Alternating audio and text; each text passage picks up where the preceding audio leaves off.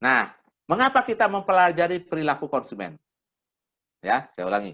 Mengapa kita mempelajari perilaku konsumen? Ya. Nah, oke, coba kita ingin dengar suara dari mahasiswa nih. Coba, siapa yang volunteer membacakan warna hijau toska dulu? Coba, langsung aja bicara. Silakan. Oke. Yang terbaca di layar? Silakan dibacakan. Ya, bacakan. Untuk perilaku bisnis agar dapat merancang strategi pemasaran yang tepat untuk setiap negara yang menjadi target pemasarannya. Oke, terus berikutnya? Saya juga Pak lanjut Pak. Ya. Oke. Yang oren untuk konsumen agar dapat mengendalikan perilaku supaya menjadi konsumen bijak dan dapat melindungi diri seperti kita tadi. Oke, bagus. Ya. Pada perusahaan dapat menarik konsumen baru dan mempertahankan pelanggannya. Oke, bagus, Hamdan. Yang Terus. biru, perilaku konsumen dinamis dan menarik serta menggambarkan hal-hal yang terjadi di sekeliling konsumen. Oke, bagus. Nah, inilah ya alasan mengapa kita mempelajari perilaku konsumen, ya. Baik bagi perusahaan, bagi konsumen itu sendiri. Jadi konsumen ini perilakunya sangat dinamis dan berubah dengan cepat. Nah, jadi masih terkait dengan tadi ya, kalau ini kita bicara mengapa kita mempelajari, nah yang berikutnya adalah manfaat mempelajari perilaku konsumen. Ya, manfaat mempelajari perilaku konsumen. Oke, di sini saya panggilkan Elvi. Ada Elvi? Coba bacakan Elvi. Ya, Elvi dari Pahutan. Elvira ya Pak? Ya, oke, silakan. Oke Pak. Manfaat mempelajari perilaku konsumen untuk perusahaan agar dapat memahami konsumen sehingga dapat mengambil keputusan dengan baik. Kemudian untuk peneliti agar dapat menganalisis perilaku konsumen dengan baik. Untuk pemerintah agar dapat merancang peraturan dan undang-undang yang melindungi konsumen. Oke. Kemudian analisis konsumen sebagai landasan manajemen pemasaran, meningkatkan pemahaman mengenai faktor yang mempengaruhi perilaku konsumen, membantu konsumen agar dapat membuat keputusan dengan bijak, dan perilaku konsumen memegang peranan penting dalam pengembangan kebijakan pabrik. Oke. Nah, oke, bagus ya. Terima kasih, Elvira. Jadi tolong diingat, ya. Jadi misalnya bagi pemerintah. Nah, pemerintah ini kan sekarang mau ngasih bantuan, ya. Memberi bantuan kuota kepada dosen dan mahasiswa. Nah, sebelum memberi bantuan, dia harus tahu dulu perilaku konsumen itu. Berapa bantuan yang akan diberikan. Berapa rata-rata kuotanya habis setiap dosen dan setiap mahasiswa.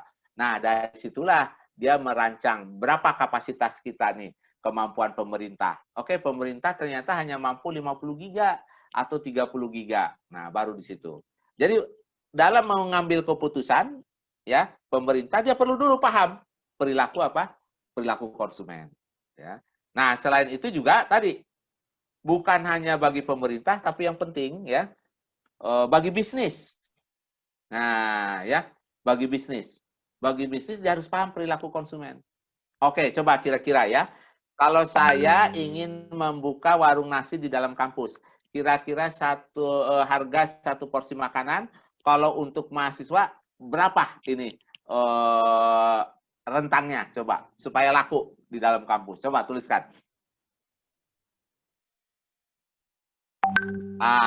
Oke. Nah, 10 sampai 15.000, 7 sampai 5.000 sampai 10, 10 sampai 15.000, 7.000. Nah, ya, ini rentang. Ini konsumen sendiri. Kalau lebih dari itu, wah, berat nanti mahasiswa. Ya. Nah, ini yang saya sebut, saya ulangi ya, yang saya sebut bahwa kita harus paham perilaku konsumen baru menentukan harga. Ya.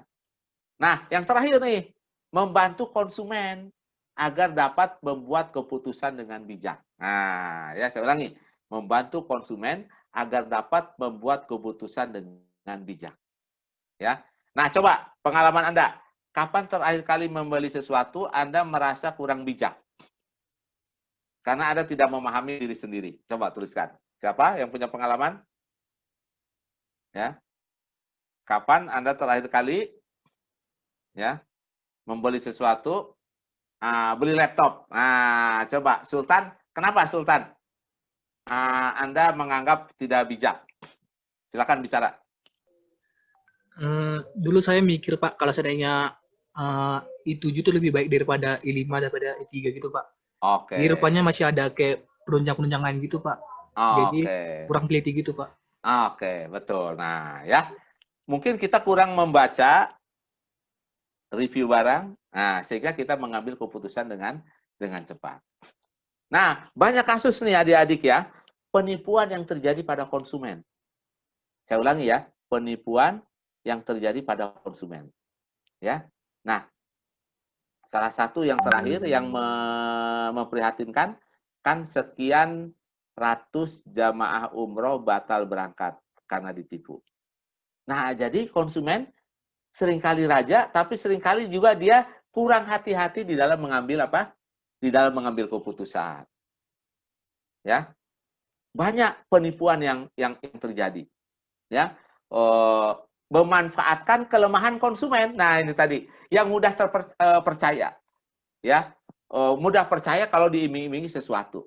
Nah, jadi kita harus memahami ya perilaku konsumen itu sendiri. Saya ulangi ya, kita harus memahami diri sendiri.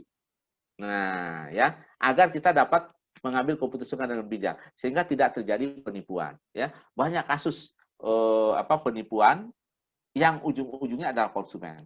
Nah, karena itu isu mengenai konsumen itu seringkali isunya lebih dalam dari isu kemiskinan. Ya, karena orang yang tertipu, konsumen yang tertipu itu bukan hanya orang tidak mampu, tapi juga orang kaya. Orang kaya bisa tertipu ratusan juta, bahkan miliar. Nah, ingat kasus di Citibank, bagaimana orang menyimpan uang, uangnya hilang. Nah, ini beberapa kasus ya, bagaimana konsumen harus memahami dirinya sendiri. Seringkali kita mudah percaya, ya, kemudian kita tertipu, ya. Nah, apalagi di dalam era digital seperti ini, ya. Oke, bagus. Nah, siapa yang harus mempelajari perilaku konsumen? Nah, ini menarik ya. Siapa yang harus mempelajari perilaku konsumen? Oke, saya lihat di sini Farah.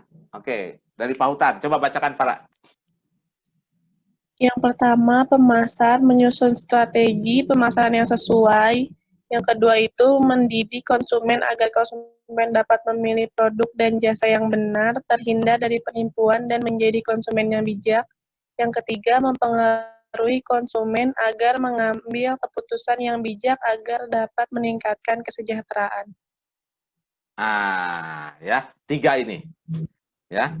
Jadi kalau nanti Anda berbisnis, dengan paham perilaku konsumen, Anda dapat menyusun strategi pemasaran yang sesuai. Ya. Bidang apa saja, alumni IPB ini mau belajar apapun bisa jadi entrepreneur. Ya. Nah, yang kedua tadi, bagi pediat, ya, bagaimana ini terus-menerus menyerukan agar konsumen itu cerdas. Pengertian cerdas ini adalah konsumen mau belajar. Ya, banyak barang baru, penawaran baru, semuanya belum tentu bagus. Jadi dia harus kritis.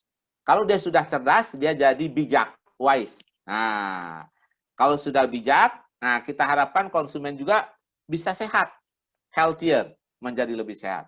Kalau sudah sehat, dia harus sejahtera, wealthier.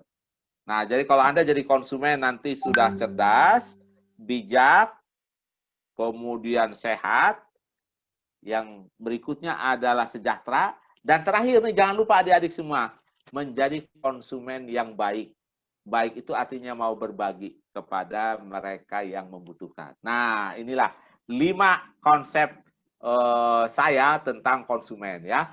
Jadilah konsumen cerdas, bijak, lebih sehat, lebih sejahtera, dan terakhir kalau sudah sejahtera, tolong berbagi dengan yang lain. Ya. Nah, ini kita harapkan adik-adik yang pernah ambil mata kuliah perilaku konsumen itu menjadi agen perubahan. Nah, yang terakhir, memengaruhi konsumen agar mengambil keputusan yang bijak, agar dapat meningkatkan kesejahteraan. Jadi konsumen harus tahu perilaku sebelum mengambil kebijakan dengan tepat. Ya, berapa bantuan yang harus diberikan kepada masyarakat yang tidak mampu, agar dia dapat makan dengan jumlah yang cukup dengan kualitas yang baik. Nah, untuk dapat memberikan itu nggak bisa langsung bantuan diberikan. Tolong diingat ya, tidak bisa bantuan langsung diberikan. Harus apa? Harus diketahui terlebih dahulu berapa banyak yang harus diberikan dengan melihat perilaku. Ya, oke, baik. Yang berikutnya